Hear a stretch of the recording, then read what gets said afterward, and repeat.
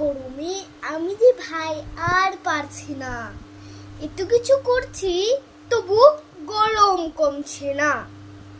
সারাদিন ধরে তো আইসক্রিম খেলাম, লিটার লিটার ঠান্ডা পানি শেষ করে দিলাম।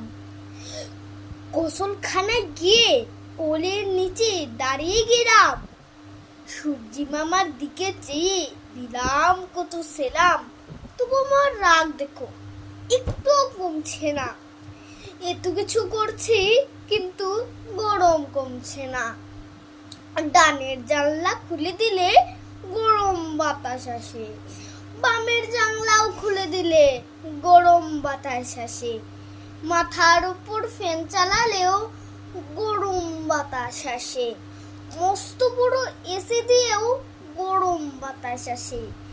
এত গরম শীতকালেতে কেন যে আসে না।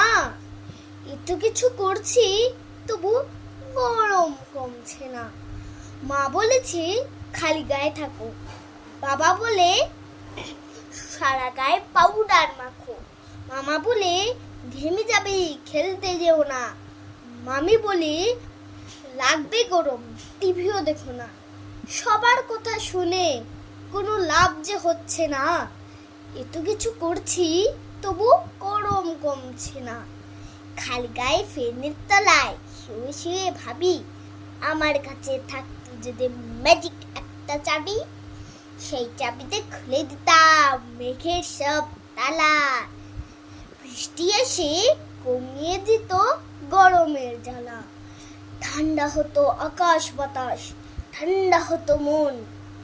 আরাম করে মোবাইলে গেম খেলতাম তখন, হিহি। কি যে করি গরমে, লিখেছেন আশিস ভট্টাচার্য। নমস্কার।